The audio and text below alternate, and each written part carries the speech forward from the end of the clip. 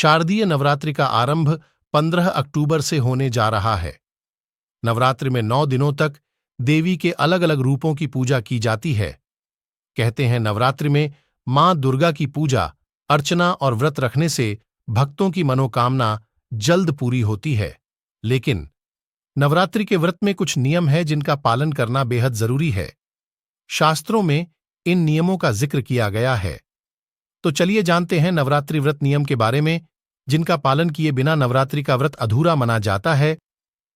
दोस्तों, व्रत तो सभी लोग रहते हैं, लेकिन यदि जानकारी के अभाव में व्रत के नियमों का पालन न कर पाए तो फिर व्रत रखने का कोई महत्व नहीं रह जाता है। इसलिए चलिए दोस्तों, अब हम नवरात्रि व्रत के लिए कुछ जरूरी नियम जान लेते हैं। पहला नियम है, नवरात्रि व्रत रखने वाले को झूठ, छलकट, आजी जैसे विचार मन में नहीं लाने चाहिए। हमेशा सत्य बोलना चाहिए।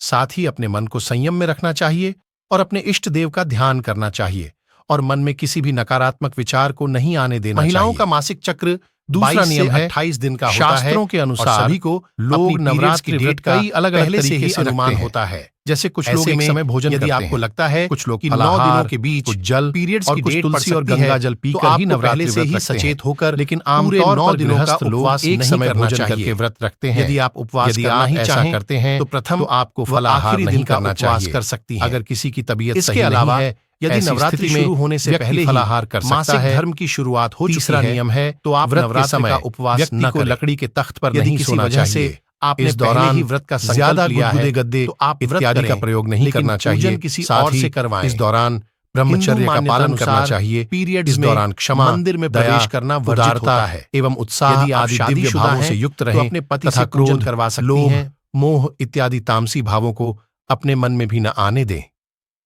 चौथा नियम है, अगर कोई व्यक्ति शारीरिक रूप से स्वस्थ नहीं है और उम्मीद है कि उसका व्रत भंग हो सकता है, उसे व्रत नहीं रखना चाहिए।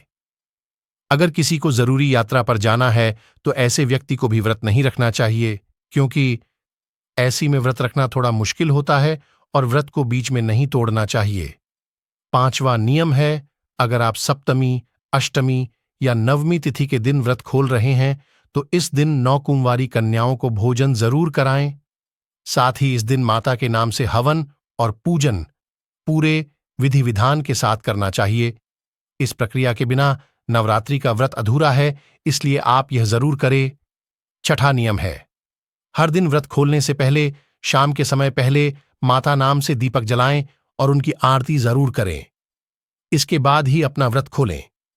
इसी के साथ जो लोग फलाहार करते हैं तो उन्हें इस बात का ख्याल रखना चाहिए कि खाने में साधारण नमक की जगह सेंधा नमक का प्रयोग करना चाहिए।